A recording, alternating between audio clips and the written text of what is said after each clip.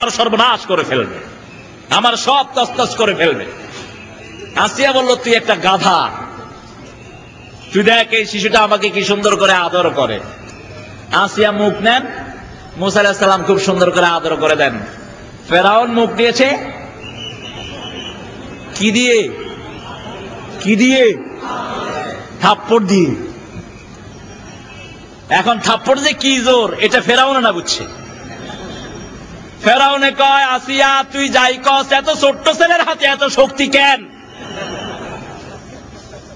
এই পোলাটারে তুই ফালায় দে। আসিয়া রে আবার বড় ভয় লাগে।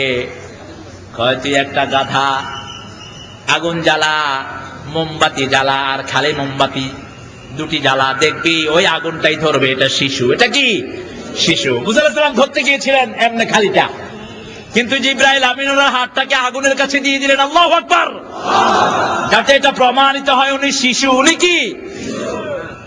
আস্তে আস্তে বড় হলেন। ফেরাউন না ছোট কালে যখন থাপ্পড় খাইলো, বড় হলে থাপ্পড়ের তেজ বাড়ে না কমে? মুসা যখনই এমনি তাকাইতো, ফেরাউন আরেক দিকে ঘুরতো। কতিয়ান্ত জগই কখনো সামনে পড়তো না। মুসা আলাইহিস সালাম যখনই চোখে তাকাতেন, ফেরাউনের কাম শুরু হতো একদম ছোটবেলা থেকেই।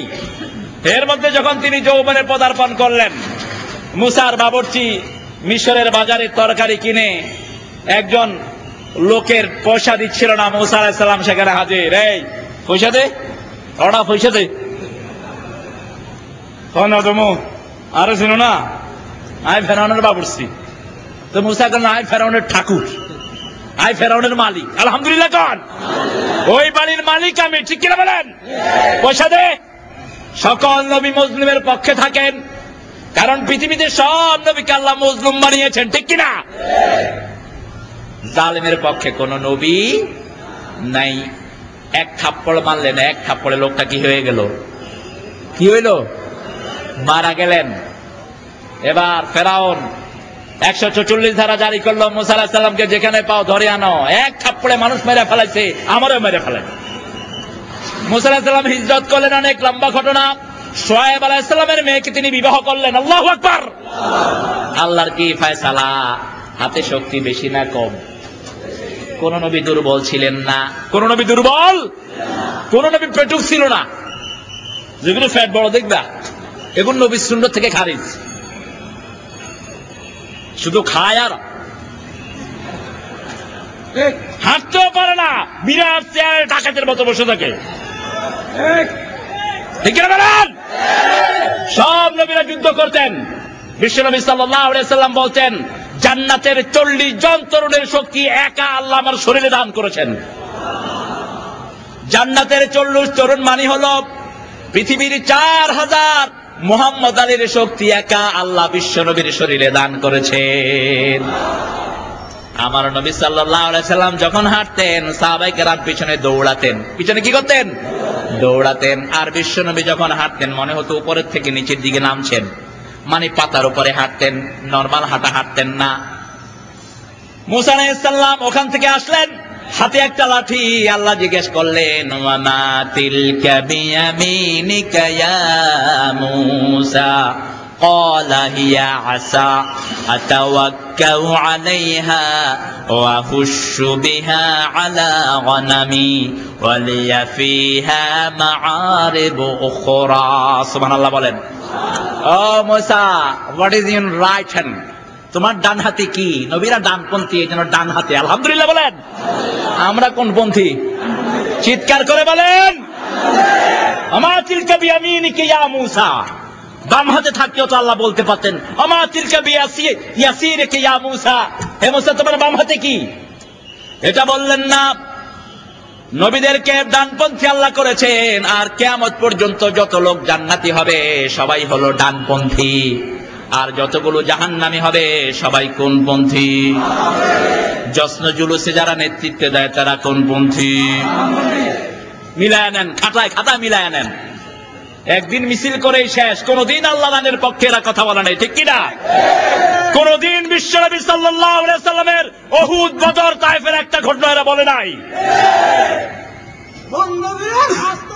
চালিয়ে দাও, চালিয়ে দাও, চালিয়ে দাও, চালিয়ে দাও।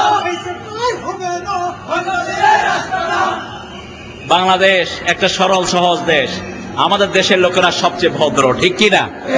আমরা টুপি দাড়ি দেখলে মানুষকে শ্রদ্ধা করি, আছে না নাই? সাইদি সাহেব বড় সুন্দর সুন্দর কথা বলেন, কেউ রবীন্দ্রনাথ বেচারা বাইচা গেছে। এই অবস্থায় যদি ঢাকা বিশ্ববিদ্যালয়ে কোনোদিন আসতো, কোদাইল দিয়া পোলাপানে ধরে তার দাড়ি চালাই। আরো যে লম্বা জামা পড়তো, লম্বা জামা দেখলে আমরা শ্রদ্ধা করি, কারণ বিশ্বনবীর সুন্নত আছে, ঠিক কিনা? আমরা দেখি না লোকটার আমল কি, সহজ ভাবে আমাদের ইমানে যা বলে আমরা তা করি। এই সহজ মানুষগুলোকে ভালোবাসেন কে? আমার নবীও সহজ সরল ছিলেন, কোনো প্যাঁচ ছিল না, সুবহানাল্লাহ বলেন। এক ইহুদি বলছে আমার নবীকে, তখন তিনি মদিনার প্রেসিডেন্ট, ও মুহাম্মদ না, এখানে একটু দাঁড়ান। আল্লাহর হাবিব দাঁড়িয়ে আছেন, সারা দিন দাঁড়িয়ে থাকলেন, বাড়িতে খেয়ে আসলেন, খেয়ে এসে আবার দাঁড়িয়ে আছেন, তৃতীয় দিন আবার সেখানে দাঁড়ানো। ওই ইহুদি বাড়ি থেকে ফেরার সময় দেখে বিশ্বনবী দাঁড়িয়ে আছেন। ইহুদি বলল, মুহাম্মদ সাল্লাল্লাহু, আপনি এখানে দাঁড়িয়ে কেন? আল্লাহর হাবিব বললেন, তুমি না আমাকে এখানে দাঁড় করিয়ে রেখে গেছো। ইহুদি কেঁদে ফেললো, বলছে এটা কোনো সাধারণ মানুষের আচরণ নয়, নিশ্চয়ই আপনি আল্লাহর রাসূল। আমি পড়ে দিচ্ছি, লা ইলাহা ইল্লাল্লাহু মুহাম্মাদুর রাসূলুল্লাহ সাল্লাল্লাহু। মানুষকে সম্মান করতেন, মানুষের সাথে মিশে থাকতেন। এরকম একটা মিছিল হয় নাই, বিশ্বনবী উটের উপরে ছিলেন আর সাহাবায়ে কেরাম পায়ে হেঁটে হেঁটে গিয়েছে, একটা হয় নাই, ঠিক কিনা বলেন? মানুষের মধ্যে কোন শ্রেণী বিভেদ করতেন না, একই সাথে মিলে থাকতেন মুহাম্মদ সাল্লাল্লাহু। সাইয়েদনা মূসা আলাইহিস সালামকে আল্লাহ বললেন, এটা ছেড়ে দাও, ফাইদা হিয়া হাইয়াতুন তাসআ। ছেড়ে দেওয়ার পরে এটা হয়ে গেল বিশাল অজাগর। এখন মূসা নিজেই ভয় পাচ্ছেন। মূসা নিজেই কি ভয় পাচ্ছেন? আল্লাহ বললেন, লা তাখাফ সানুঈদুহা সিরাতাহাল উলা। সিরাত, আলহামদুলিল্লাহ বলেন, সিরাত আছে না নাই? ভয় পেও না মূসা, তাগুত দেখতে এরকম বড় হয়, বুশের বাচ্চা বুশকে দেখতে খুব মোটা মনে হয়, কিন্তু ঘাড় মটকায়া ধরো, লাঠি আবার লাঠির জায়গায় ফিরে আসবে, ঠিক কিনা? এই জন্য পৃথিবীর কোন তাগুতকে আমরা ভয় পাই না। আমি ইংল্যান্ডে গত রমজানে আলোচনা করছিলাম লিডসের এক মসজিদে, জোহরের পর, রমজানুল মুবারকে জোহরের পরেই সেখানে মাহফিল হয়। My dear brother and sister, could you tell me who was the great devil? Who is the great devil of the earth? পৃথিবীর সবচেয়ে বড় শয়তানের নাম কি? সব যুবকগুলো একসাথে বুশ। যখন যুবকেরা বুশ বলছে, মুরব্বীরা সব গেটের দিকে তাকাচ্ছে, পুলিশ আছে কিনা। My dear uncles, আমার চাচাগণ, you are scared of police. আপনারা পুলিশকে ভয় পান। আমাদের সাথে সব সময় হাজার হাজার আল্লাহর পুলিশ থাকে। আমরা পৃথিবীর এই ছাইপাশ পুলিশের কোনো ভয় আমাদের কলিজায় নাই, ঠিক কিনা বলেন? আমরা ভয় পাই কাকে?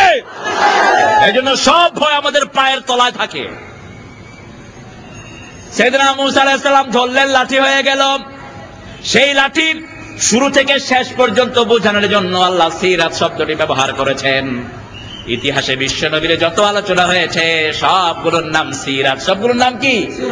সিরাতে ইবনে হিশাম, আছে না নাই? সবগুলোর নাম সিরাত। তবে আমার ভাইদের জন্য আমার আফসোস, সাধারণ যে সমস্ত মানুষগুলো ওখানে প্রতারিত হচ্ছে, আল্লাহ তাদেরকে মাফ করে দিক। আরো জোরে বলেন আমিন। অনেকে আছে শুধু বিশ্বনবীর মহব্বতে যায়, ঠিক কিনা? বিশ্বনবীর মহব্বত খালেজ ভাবে যদি কারোর হৃদয়ে থাকে, তাকে আল্লাহ মাফ করে দিবেন, আলহামদুলিল্লাহ বলেন। এখন আমরা পড়ব আমার নবী কিসের জন্য এসেছেন, কি দিয়ে গেলেন, কিসের হিসাব আল্লাহ নিবেন। কিছু বাজে জিনিস আমাদের সমাজে চালু আছে যেগুলোর সাথে আমার নবীর কোনো সম্পর্ক। স্পেনে যখন মুসলমানদেরকে কাফেররা মারা শুরু করে, তখন স্পেনের মুসলমানরা ঝগড়ায় লিপ্ত ছিল। মূসা যে গাধার পিঠে করে চলতেন, ওই গাধার পেশাব পাক না নাপাক? কইছে নাপাক, ফতুয়া দিয়ে। আচ্ছা, মূসা আলাইহিস সালাম যে গাধায় চলতেন, ওটার পেশাব পাক হইলে কি আর নাপাক হইলে কি? এটার সাথে ইমানের কোনো সম্পর্ক আছে? একটা বেহুদা জিনিস। এটার সাথে ইমানের কোনো সম্পর্ক? এখন এরকম মাসলা মাসাইল আমাদের দেশেও আছে না নাই? আমি নাম বলবো না, চিনবেন আপনারা। অনেক বাহুল্য জিনিস নিয়ে আমার সমাজে আলোচনা হয়, যেগুলো একটাও কিয়ামতের প্রশ্ন হবে না, একটার উত্তর বিশ্বনবী দেওয়ার জন্য দুনিয়াতে আসেন না, ঠিক কিনা? আল্লাহর হাবিব সাল্লাল্লাহু আলাইহি সাল্লাম ছিলেন একজন শ্রেষ্ঠ মানুষ। নবী, সব নবীরা মানুষ ছিলেন, কে বলেছেন? তবে বিশ্বনবীর সাথে কারো তুলনা হতে, কোন নবীর সাথে কোন মানুষের তুলনা হওয়া সম্ভব, যেমন সাহাবায়ে কেরামের সাথে আমাদের কোন তুলনা হওয়া সম্ভব নয়। বিশ্বনবী সাল্লাল্লাহু আলাইহি সাল্লাম ওইভাবেই দুনিয়ায় এসেছেন যেভাবে অন্যান্য মানুষেরা দুনিয়ায় আসে। আল্লাহর হাবিবের শরীরে রক্ত ছিল, আমাদের শরীরে রক্ত আছে না নাই? আল্লাহর হাবিব সাল্লাল্লাহু আলাইহি সাল্লাম কাঁদতেন, আমরাও কাঁদি। আল্লাহর হাবিব সাল্লাল্লাহু আলাইহি সাল্লাম বিবাহ করেছেন, আমরাও বিবাহ করি। আল্লাহর হাবিব সাল্লাল্লাহু আলাইহি সাল্লাম যদি আমাদের মতো আমরা যে কাজগুলো করে এগুলো আমাদেরকে না শিখাতেন, আমরা কাকে মানতাম, ঠিক কিনা? ঘরে ঢুকার সময় তিনি কোন পা দিয়ে ঢুকতেন? তো যদি তিনি পা দিয়ে না ঢুকতেন, আমরা এটা জানতাম কোত্থেকে? একটা ফেরেশতাকে কোন মানুষ অনুসরণ করা সম্ভব? ফেরেশতার খাওয়া আছে, ঘুম আছে, বিবাহ আছে। এই যে এই বাজারটার নাম কি? বন্দর টিলায় ফেরেশতার কোনো দোকান আছে? তা আপনি এটা মানবেন কেমনে? কেমনে মানবেন? কিন্তু সব নবীদের ব্যবসার সাথে সম্পর্ক আছে না নাই? আমার নবী ব্যবসা করেছেন কি করেন নাই? ছোট ব্যবসা না বড় ব্যবসা? দেশি না আন্তর্জাতিক? আলহামদুলিল্লাহ বলেন। শুরুই করেছেন আন্তর্জাতিক ব্যবসা দিয়ে জীবন। তাজিরুন দুয়ালিয়ুন, সিরিয়া থেকে একবার লট আনলেন, এক ব্যবসায় সারা মক্কার শ্রেষ্ঠ ব্যবসায়ী হয়ে গেলেন। আল্লাহর হাবিব সাল্লাল্লাহু আলাইহি সাল্লাম দুনিয়ায় আসলেন। হালিমাতুস সাদিয়া রাদিয়াল্লাহু আনহা বলছেন, বিশ্বনবী সাল্লাল্লাহু আলাইহি সাল্লামকে আনতে গেলাম, কিন্তু বিশ্বনবীর জন্য আমি যাই নাই, আমি গেছি একটা ধনীর দুলালের জন্য, সিরাতে ইবনে হিশাম। আমার গাধাটা দুর্বল, আমার মেয়ে সায়মা অসুস্থ, সারা রাত কেঁদে কেঁদে আমাকে কষ্ট দিয়েছে, ঠিক মতো দুধ পান করতে পারত না। মদিনা মক্কা যখন আমি ঢুকি 6 ঘন্টা দেরি। কয় ঘন্টা? সবাই ধনীর দুলাল গুলো নিয়ে গেছে। আমি এখন খুব ডিসহার্টেড হয়ে পড়লাম, মন ভাঙা হয়ে গেল, কোন সন্তান বোধহয় আজকে নসিব হবে না। হঠাৎ করে কে যেন একজন বলে গেল, হালিমা, ওই যে আব্দুল্লাহর এতিম ঘরে এতিম একটা শিশু আছে, আমেনার